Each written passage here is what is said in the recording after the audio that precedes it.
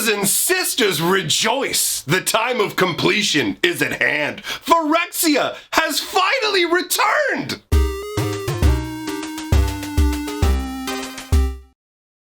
Greetings, owners of fine luxury cardboard rectangles. What an amazing day to be a Magic player. Some of you aren't going to understand why I am so hyped up, but we literally just got a Kaldheim spoiler, which I will admit I waved away at first because it seemed too good, too perfect, too complete to be true, right? I looked at it and went, this can't be real. But more and more, it appears it is real. And the Phyrexians are returning. Magic's greatest villains are coming back. Phyrexians are so iconic, and there's multiple layers to what is going on. So, oh my God, okay, let's first of all take a look at the actual card itself that we're talking about that heralds the return of Phyrexia. And of course it's gonna be a green card because that's what we get, baby. So, Vorinclex Monstrous Raider is what we're looking at. Now, this card blew my mind for a couple of reasons. Let's go through it all and break it down. 2 green and 4 gets you a 6/6 trampler with haste. Already got my attention. Now, here's where we're going into crazy town, friends. The abilities. The first ability. If you would put 1 or more counters on a permanent or player, put twice that many counters of that kind instead, right? Like, basically, I'm changing the wording a little, but it doubles all the counters you get on all your permanents. And then on top of that, the second ability, if opponent would have 1 or more counters put on a permanent or player, they put half that many instead. That is insane. It doubles your counters. It cuts your opponent's counters in half. Now, let's be very clear about something that may not be obvious to you. When you put cards into play, you are putting counters on them when they come out. If they, like, as this card comes into play, or for example, Planeswalkers, they're going to be the best example. When you put a Planeswalker out, you are putting those counters on it when you originally summon it. So if you put out a Planeswalker with 5 loyalty, you put 10 counters on it. Vorinclex is a Planeswalker ultimate maker. That's literally like going to be the craziest use of him, I'm sure. There's all kinds of other fun shenanigans, but let's be real.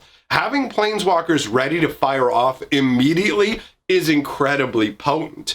And on the flip side of the coin, all your opponent's Planeswalkers come in with half their loyalty. On top of all the other crazy nonsense, this card is totally going to push your Planeswalkers to insane levels while stunting your opponent's Planeswalkers. Vorinclex is absolutely insane. Now, one of the things that made me feel like this wasn't a real card is actually one of the most exciting things about it.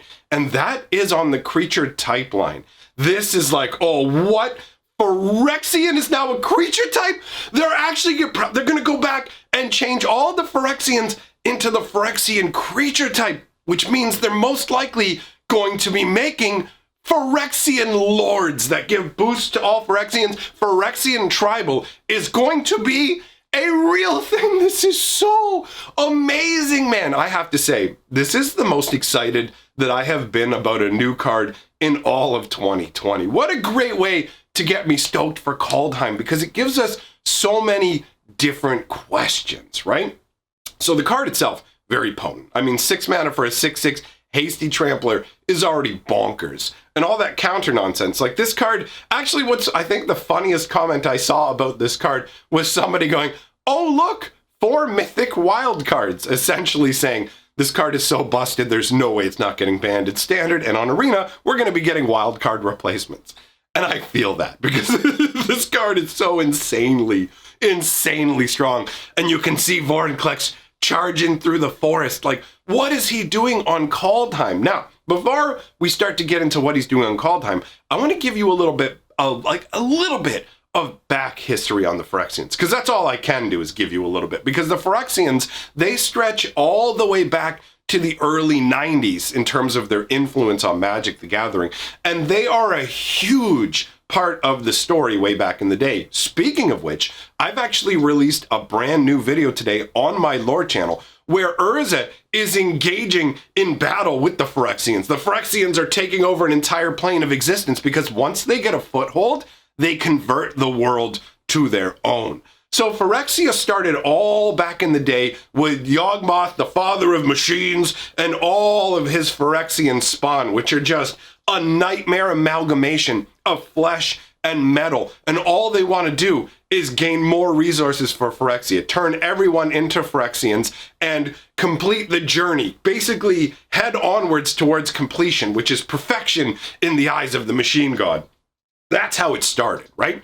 So we had this big, long Phyrexian arc where Urza and others battled against the Phyrexians. And then we had somewhat of a lull with the Phyrexians, but the tiniest little bit of Phyrexian oil, and that's all it takes, the tiniest little bit of Phyrexian oil making its way to any world will pretty much spell that world's doom.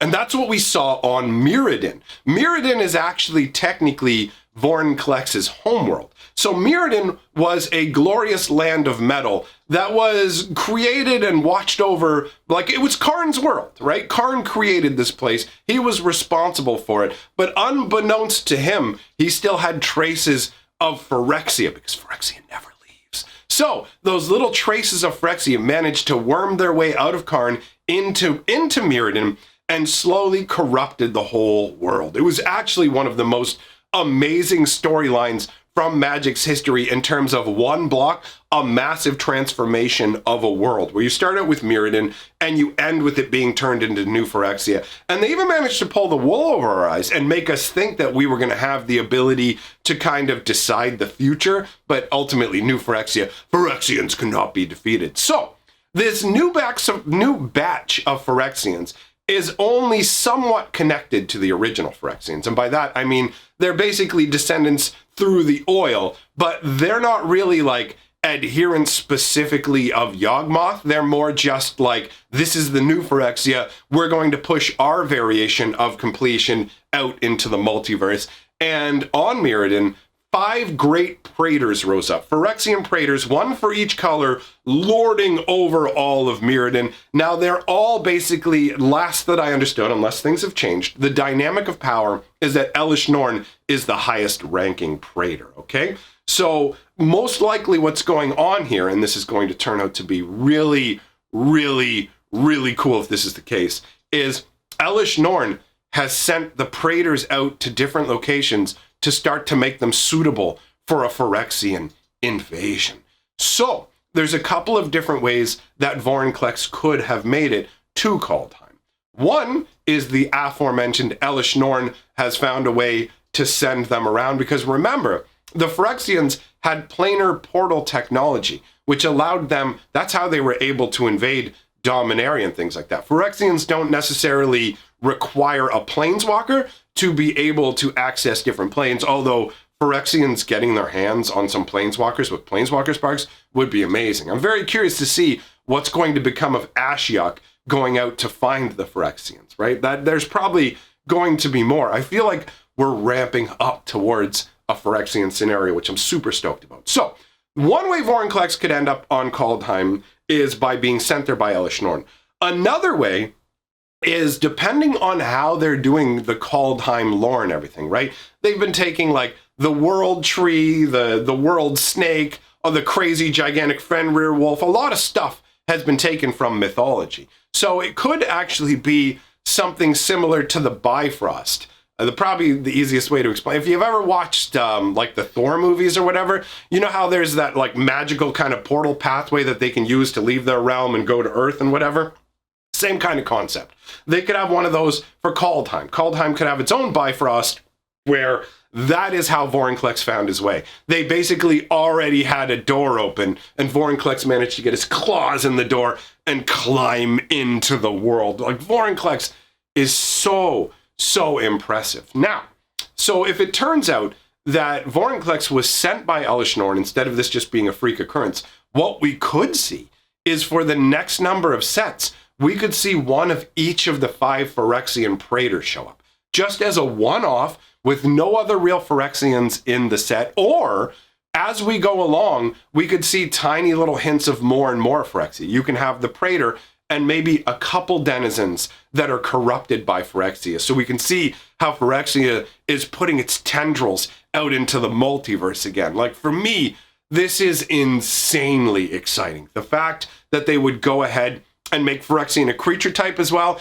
is immensely pleasing to me. I am super, super stoked about this, right? Like Vorinclex, especially since it's a big greenie boy as well. So for me, just the fact that we're getting more Phyrexian action is amazing. They made for amazing, amazing enemies in the storyline against Urza. And funnily enough, there's only one like group that the Phyrexians were afraid of, and most people don't know this, but the Phyrexians were actually afraid of the Thralls. Maybe we'll do a video on that one day, talking about how the Phyrexians were afraid of the Thralls, but it's a really interesting concept. Anyways, can't help myself, man. I love anything that deals with like the old school days, and Phyrexia has that feel. Like I mentioned earlier in the video, I literally have a lore video that just came out.